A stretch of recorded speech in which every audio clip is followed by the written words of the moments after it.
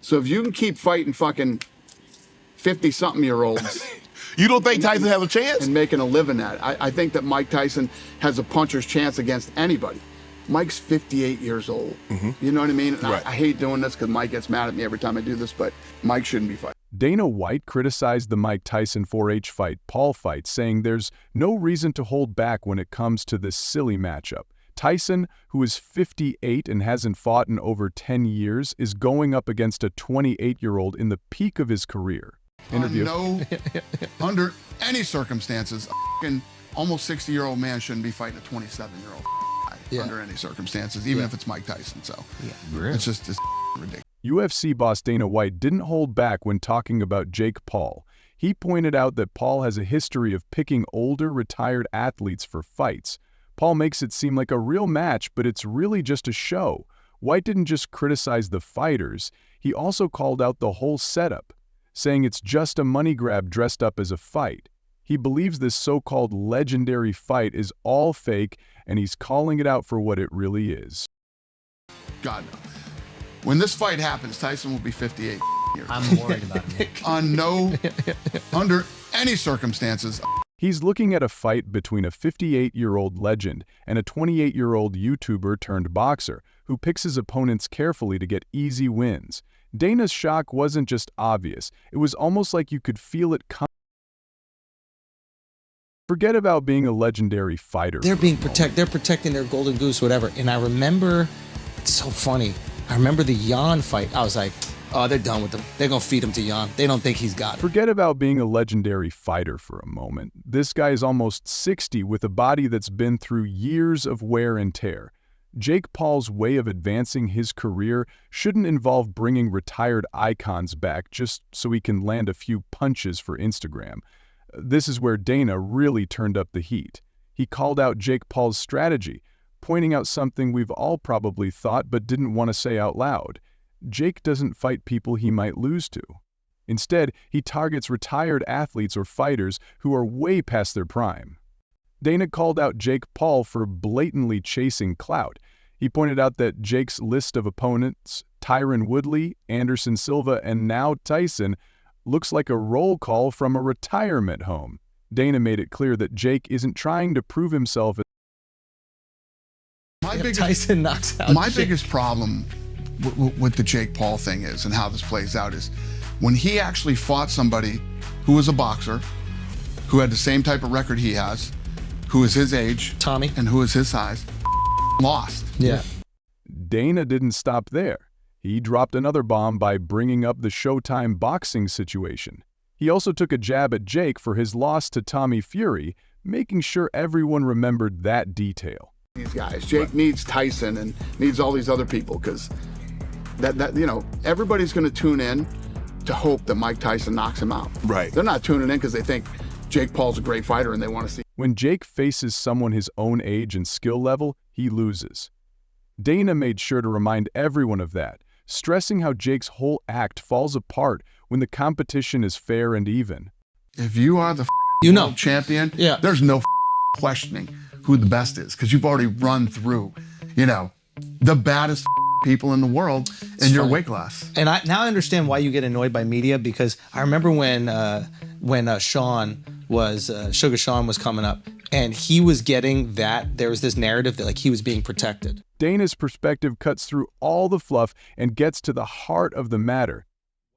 This whole fight wasn't about respecting the sport or giving fans a real contest. It was just a cash grab, plain and simple. Tyson's name brought the legacy, while Jake brought the social media hype. Together, they turned the ring into a stage for something that barely resembled boxing. Dana wasn't about to let that slide. He called out every mismatched, money-driven, credibility-shredding aspect of it. After hearing his take, it's hard not to agree. Now, let's talk about the actual fight night between JakePaul and Mike Tyson. It was a spectacle that left everyone with mixed feelings. The judges scored it 80-72, 79-73, and 79-73 in Jake's favor. But don't be fooled into thinking it was a close fight. Jake dominated. He landed an impressive 171 punches, while Tyson only landed 106. That's a huge gap, and when you look at those numbers, it's clear who controlled the pace of the fight. I have love for Jake too. I don't Wait, know. yo. I don't know when a Jake fight's Paul's happening. I fights really are all don't. the same. He fights older people that are smaller. It's all the same shit.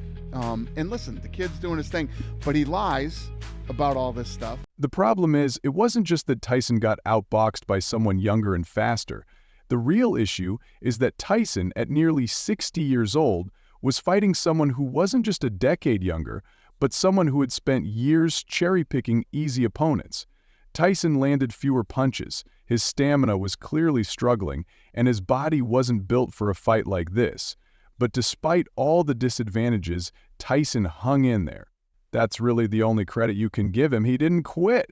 Now, here's the fallout, and it's not pretty. A lot of people are asking if Tyson's legacy has been damaged by this fight, and honestly, I get it. Tyson is one of the most iconic figures in boxing, and his career should have ended on his own terms, not in some bizarre money-driven spectacle. For fans who grew up watching him dominate in the ring, seeing him like this is hard to watch. When Mike gets forward, lands a beautiful jab that rocks Jake, and I think immediately that made Jake realize that he couldn't be reckless against him.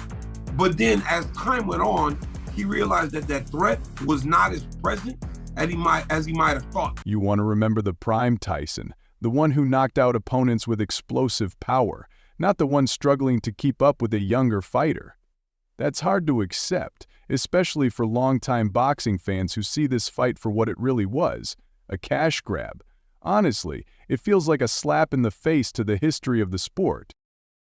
If I brought up fucking Jake Paul, Yeah. pretty much everybody in the room and the other room wants to see Jake Paul get knocked out. So you're hoping, you got the reason why you hope Tyson would pull this off, or Did you help set that up? Because I know you're close with Tyson. God no. The audience's reactions were all over the place. Some people were entertained, others were outraged, but almost everyone had an opinion. On one hand, you had people tuning in for the drama. They wanted to see Jake, and honestly, that was all that mattered to them. On the other hand, you had fans who were disgusted by what they saw. These were the people who felt the fight disrespected the sport. They didn't tune in for drama. They wanted to see a real fight. What they got was far from it. To them, Tyson's involvement in this fight felt like a tragic fall from grace, and Jake Paul came off as nothing more than an opportunistic celebrity looking to boost his ego and his bank account. Was it really worth risking Tyson's health for this fight? Absolutely not. This fight wasn't about sportsmanship, skill, or legacy. It was about spectacle. And that's the real shame. Interview. I'm surprised that Jake Paul is doing this. He's on the way to like building a legitimate boxing career, regardless of what anyone else thinks. He's having real fights. To now step down to do this kind of exhibition style fight against, 50-something-year-old man. I just don't get the motivation from Jake's perspective. Spectacle. And that's the real shame. Tyson's career deserves more respect than to be used as a pawn in a circus act. Let's be honest. Jake Paul didn't even need to fight a legend to make a name for himself. He could have fought someone his own age who is still active in... From Jake's perspective. Well, I do. Jake, part of it is what it's been from the beginning. He's been obviously very upfront about it. He's in the money-making business. That's, I don't think he needs the money. How much money do you need? He said makes like tens of millions a year. Is there ever enough money, really? You've been in the finance... For me, there is. You are in the financial business before you got into this. There's a level where you don't need any more, and it's not very much. No, I agree. There are things more important than just money. Paul isn't out there fighting the best. He's cherry-picking opponents he knows he can beat. And when he can't, Dana White's right to call him out on it. If Jake Paul really wants to be taken seriously as a boxer, he needs to step up and fight someone who actually challenges him.